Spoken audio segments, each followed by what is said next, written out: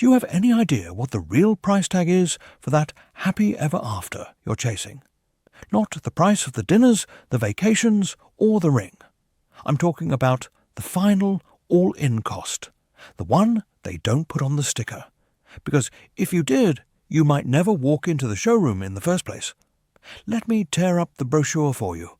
For the vast majority of men, the modern relationship is the single most expensive acquisition they will ever make.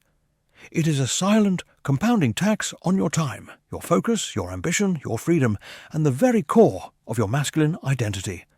And the most insidious part? You've been conditioned to pay it with a smile, to believe this depletion of your life force is a noble sacrifice, the very definition of being a good man. You've been sold a fantasy, and you're paying for it with the only currency that truly matters: your unlived life. In this video, I'm not going to give you 7 tips for better communication. I'm going to hand you the itemized invoice. I'm going to walk you through the real, unvarnished accounting of what a relationship costs a man in the 21st century, so you can finally open your eyes and decide with full awareness if the product is actually worth the price. Men fundamentally misunderstand the cost of a relationship because they are taught to think in terms of dollars and cents. They calculate the cost of a mortgage, a car payment, a dinner for 2. That's amateur accounting. That's looking at the tip of the iceberg and thinking you've seen the whole thing. The true cost, the one that bankrupts men spiritually and financially, is measured in a currency far more valuable: opportunity cost. It is the sum total of all the things you did not do, all the paths you did not take, all the battles you did not fight, because your resources were redirected elsewhere. It is the business you never started because your savings went into a down payment on a house you wanted. It's the physique you never built because your evenings were spent on a couch watching shows you despise. It's the man you never became because your psychological energy was consumed with the monumental task of managing someone else's emotional state. True cost isn't what you spend, it's what you give up. It's the ghost of the man you could have been, and he will haunt you in your quietest moments. I remember being in my late 20s. I was building my first significant company. It was a brutal, all-consuming process. 18-hour days were the norm. Every dollar I had was tied up in the business. Every ounce of mental energy was focused on growth, on strategy, on survival. At the time, I was dating a woman who, by all conventional standards, was a great catch. Beautiful, intelligent, supportive. But she operated on a different timeline. Her biological clock was ticking, and my entrepreneurial clock was just getting started. She wanted weekends in the countryside. I needed weekends in the office. She wanted to talk about paint colours for a future home. I needed to talk about burn rates and investor decks. The friction was immense. It came to a head one Thursday night. We had a massive argument. She gave me an ultimatum, her or the business. She framed it as a choice for us, for a balanced life. But I heard what she was really saying. She was asking me to trade my mission for her comfort, to lower my own ceiling so she wouldn't feel a draft. In that moment, I saw the full, staggering opportunity cost laid bare. Saying yes to her meant saying no to the man I was trying to become. It meant a life of quiet compromise, of what-ifs. I ended it that night. It was one of the hardest things I've ever done, and it was the single most profitable decision of my life. 6 months later, we landed a contract that changed everything. That company eventually sold for 8 figures. That wealth, that freedom, that entire future was purchased with the currency of that one difficult choice. That is the real cost, and you need to start calculating it. The single greatest mistake you are making is believing the central lie of modern culture, that a relationship will complete you. You have been programmed from birth by movies, music, and societal pressure to see a romantic partnership not as a component of a successful life, but as the pinnacle of it. You treat finding the one as the ultimate objective, the final boss in the video game of life. Once you have her, you think everything else will fall into place. You will be happy. You will be fulfilled. You will be a man. This is a catastrophic inversion of reality. For a man of purpose, a relationship is not the mission. It is a potential logistical and emotional entanglement that can, if mismanaged, completely derail the mission. You are acting like a soldier who believes the goal of the war is to find a nice girl in a village along the way and settle down. It's a complete abdication of your primary directive. Let's analyze this with cold, hard logic. From a biological and evolutionary perspective, a man's value is primarily determined by his competence, his ability to acquire resources, and his status within a hierarchy. Your deep primal drive is to build, to achieve, to compete, to impose your will upon the world and create order from chaos. This is what makes you attractive. A woman, on the other hand, is biologically wired to seek security, stability, and resources. Her primary strategy is to align herself with a man who is successfully executing his strategy. Attraction is not a choice. It is a biological response to perceived value and competence. Now, what happens when you make the relationship your primary focus? You stop building. You stop achieving. Your focus shifts from external conquest to internal maintenance. You become a manager of moods, a navigator of emotional minefields, a full-time validator for her insecurities. You are no longer the conquering king on a campaign. You are the court jester trying to keep the queen entertained. You are communicating on a deep, subconscious level that you have no greater purpose than her. This neediness, this lack of a driving mission independent of her, is the single most potent killer of female attraction known to man. You are sacrificing the very ambition and drive that made you desirable in the first place, in a misguided attempt to keep the person who was attracted to that ambition and drive. It is a perfect, self-defeating loop of failure. You are trading your sword for an apron, and then you're shocked when she stops looking at you like a warrior. Picture a man we'll call Jason. At 25, Jason was on fire. He had a clear vision for a software company, a small but dedicated team working out of his garage, and a relentless work ethic. His life was Spartan but filled with purpose. He worked 80 hours a week, hit the gym 5 times a week, and spent his remaining free time with his small circle of equally ambitious friends talking strategy and pushing each other forward. Then he met Emily. Emily was wonderful. She loved his passion, his drive. She was his biggest cheerleader. At first. Then the subtle costs began to accrue. It started with small withdrawals from his time bank. Can you take Friday afternoon off so we can get a head start on the weekend? A weekend away meant 48 hours of lost coding and strategy time. Then came the withdrawals from his focus bank. He'd be deep in thought, solving a complex problem, and his phone would buzz with a text about a fight she had with her coworker, demanding his immediate emotional input. The big withdrawal came from his risk bank. He had an opportunity to seek a round of venture capital. It was a risk. It meant giving up equity, but it also meant a massive injection of cash to scale the business. Emily was scared. She saw it as instability. She pushed for the safe route. Grow slowly, don't take on debt. Maybe he could even get a stable job and work on the company on the side. She wasn't being malicious. She was operating from her biological imperative for security. But her imperative was in direct conflict with his. Jason, wanting to be the good boyfriend, compromised. He passed on the VC funding. He slowed down. He started leaving the office at 6 p.m. to have dinner with her. He replaced his Saturday morning strategy sessions with trips to Bed Bath and beyond.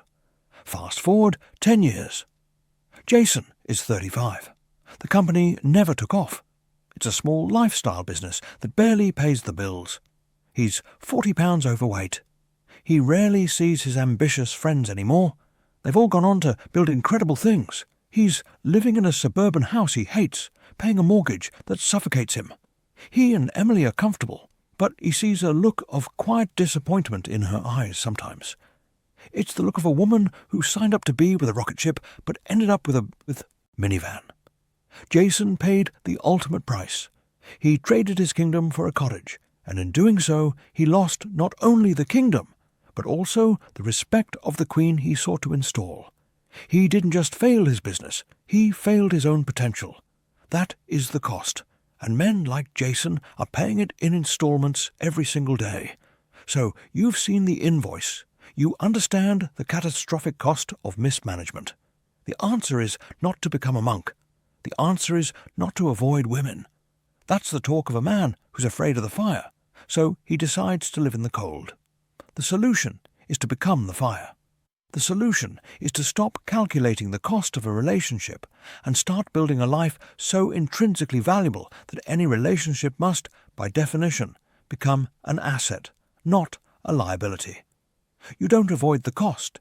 You become so wealthy in purpose, in freedom, and in self-respect that the cost becomes trivial. A man who owns a skyscraper doesn't worry about the price of a window. Cleaning. Your life must become the skyscraper. This transformation, this construction project, rests upon 3 foundational pillars. Not tips, not tricks. Pillars. Structural supports for your entire identity as a man. They are 1. Your unshakable mission. 2.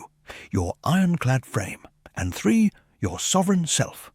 Master these 3, and you will shift from being the man who pays the price to the man who sets the price. You become the prize.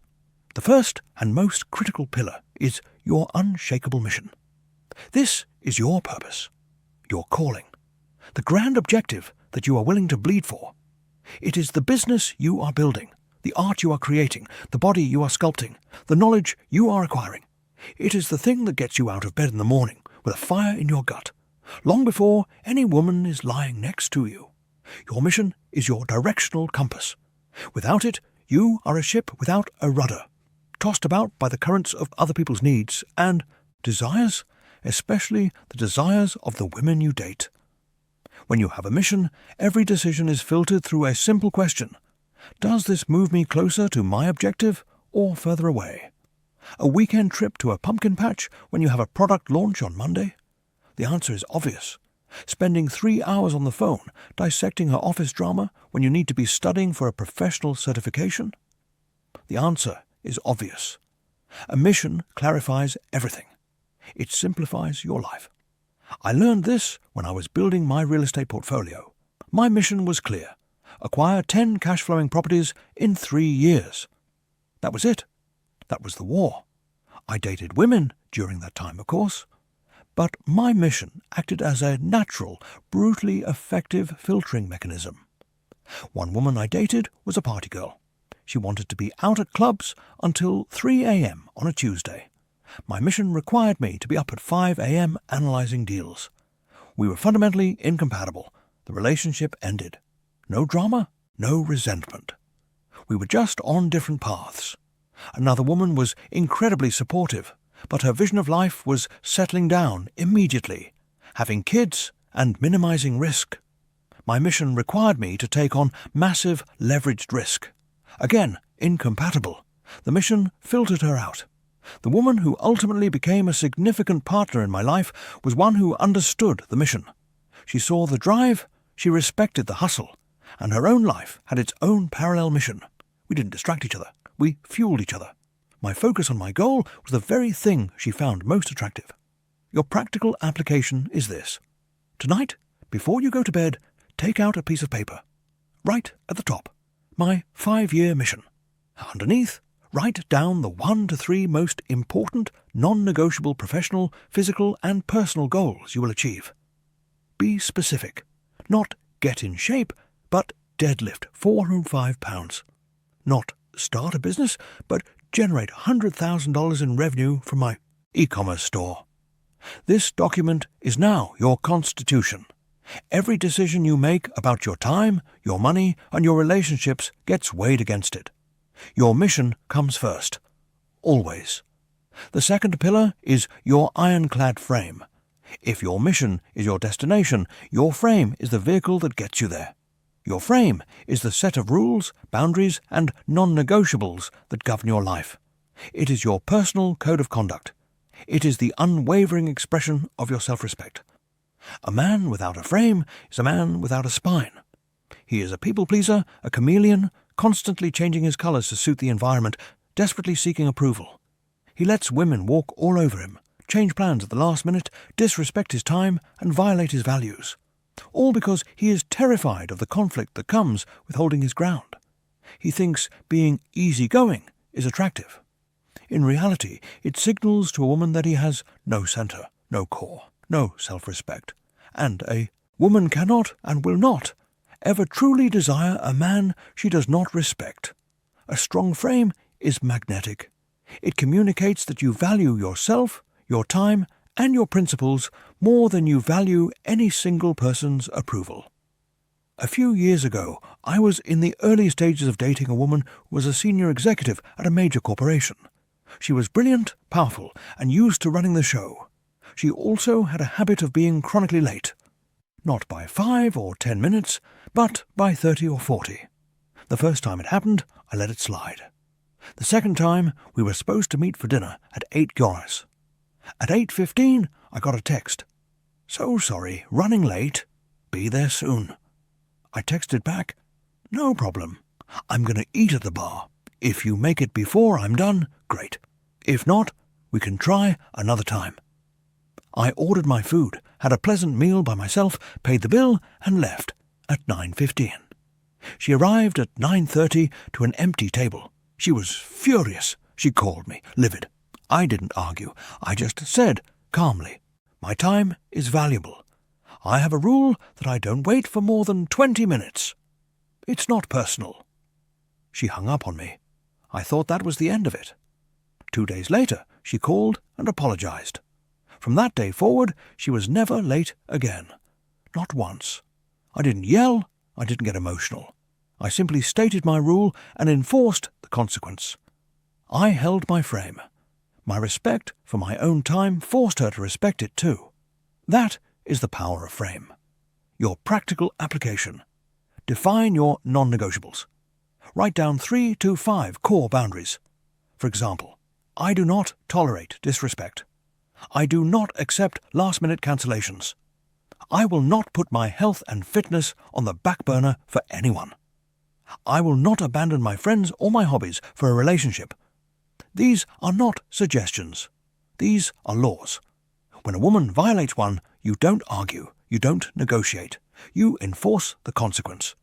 The consequence is usually your withdrawal of attention, and ultimately your presence. Hold your frame or watch your life, and her respect for you crumble. The third and final pillar is your sovereign self. This is your ultimate backstop. It is your complete emotional and financial independence. It is the deep cellular knowledge that you do not need a woman for your happiness, your validation, or your survival.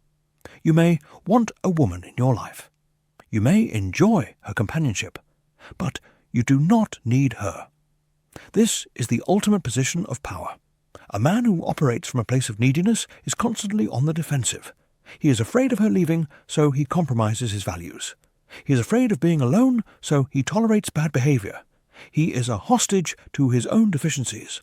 A sovereign man is different. He has built a life that is so fulfilling, so rich, with purpose, friendship, and success, that a woman is a wonderful addition, but not a necessary component. His happiness is generated internally from his work, his achievements, and his character. His validation comes from seeing his vision for his life manifest in the real world. This sovereignty has 2 components, financial and emotional. Financial sovereignty is straightforward. It means you are not dependent on anyone else for your livelihood. More than that, it means having what I call a freedom fund. This is a bank account with at least 6 months of living expenses, preferably 12. This fund is your eject button. It gives you the power to walk away from any job, any city, and any relationship that compromises your soul. It is the financial bedrock of your frame. When you know you can survive and thrive without her, you will never make decisions out of financial desperation. Emotional sovereignty is more complex. It is the result of doing the hard internal work. It's about building a powerful sense of self-worth that is not dependent on external validation. It's about having a strong network of male friends, a band of brothers who support you and hold you accountable. It's about having hobbies and interests that you are passionate about, things that are yours alone. It's about being able to sit in a room by yourself and feel a sense of peace, not a sense of lack. I built my emotional sovereignty through years of relentless self-improvement, through martial arts, which taught me to be calm in chaos, through extensive reading, which built my mind, through building businesses, which proved my competence to myself. I reached a point where my life was so full that I genuinely did not have time to feel lonely. A relationship became something I would only entertain if it significantly enhanced my already excellent life. The practical application. Start building your sovereignty today. For financial sovereignty, set up an automatic transfer, no matter how small, to a separate savings account labelled Freedom Fund. Do not touch it. For emotional sovereignty, pick one activity that is just for you. Join a boxing gym, learn a language, start a woodworking project, and schedule a weekly or bi-weekly call with your closest male friends. Cultivate those bonds. A man who is financially and emotionally sovereign is the rarest and most attractive man of all. He moves through the world with a calm confidence that cannot be faked. He is the mountain, not the leaf blowing in the wind, and a woman will always feel safer in the shadow of the mountain. Now, let's project your life forward. You have two paths before you, and the choice you make today will determine which one you walk. Path 1 is the path of least resistance. It's the one most men take. You do nothing. You continue to believe the fairy tale. You continue to place a woman at the center of your universe, making her happiness your primary objective. You compromise on your ambitions. You let your boundaries erode. You neglect your own growth to make her feel secure. Let me paint you a picture of your life in 10 years on this path.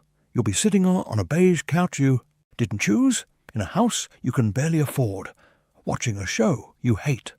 You'll be 20 pounds heavier, with a permanent slouch from years of psychic defeat. You'll look across at the woman next to you, and you won't see the spark of desire you once did. You'll see a flicker of contempt. The quiet, simmering resentment a woman feels for a man who gave up his kingdom for her. She may not even know why she feels it, but she does, because you sacrificed the very man she fell in love with on the altar of the relationship. You'll go to a job that drains your soul because it's stable. You'll feel a dull, constant ache in your chest. It's the pain of your unlived potential. The ghost of the man you could have been will be your constant companion, whispering in your ear at 3 a.m. about the businesses you didn't start, the adventures you didn't take, the life you didn't lead. You will have paid the ultimate price, not in dollars, but in regret. Now, let's look at the other path. The path of resistance. The path of the man who understands the real cost and refuses to pay it with his soul. Today, you make a different choice. You commit to the 3 pillars. You define your mission and you pursue it with the ferocity of a starving wolf. You forge your frame in the fires of self-respect and you hold it against all pressure. You build your sovereign self, brick by financial and emotional brick, until you are a fortress of a man. Let's look at your life in 10 years on this path. You wake up in a home that you built, a testament to your vision and your work. The life around you is a direct reflection of your will. If a woman is there, she is there because she is an outstanding addition to your already magnificent life. She is not your source of happiness. She is a partner who shares in the happiness you create.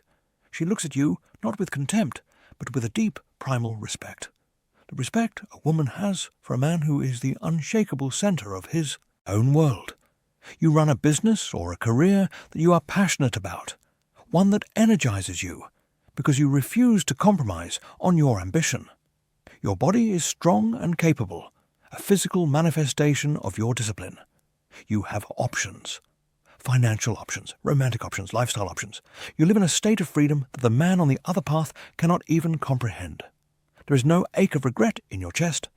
There is only a deep, quiet sense of peace. The peace that comes from knowing you faced the world on your own terms. You built your life without apology, and you became the man you were always meant to be. This future isn't a fantasy. It is the logical, inevitable consequence of making the right choices, starting today. So let's be brutally clear about what we've learned. Relationships don't cost men money. Not really. They cost men their potential. The true currency of a relationship is your focus, your time, and your forward momentum. Stop asking what it costs to keep a woman happy. That is the question of a servant. Start asking what it costs you to lose yourself. That is the question of a king. The answer is not to resent women. The answer is to build an empire of a life so compelling, so valuable, that a woman's presence must be a net positive. Build your garden, and the butterflies will come. Stop chasing them with a net. Your mission is the garden. Your self-respect is the fence you build around it. Everything else is a distraction. This is not a game. This is not a dress rehearsal. This is your one and only life. The clock is ticking. I have given you the blueprint, but you are the one who has to pick up the tools and start building. Do not waste it. I want you to go to the comments section right now and make a declaration, a commitment to yourself. I want you to write, "My mission comes first."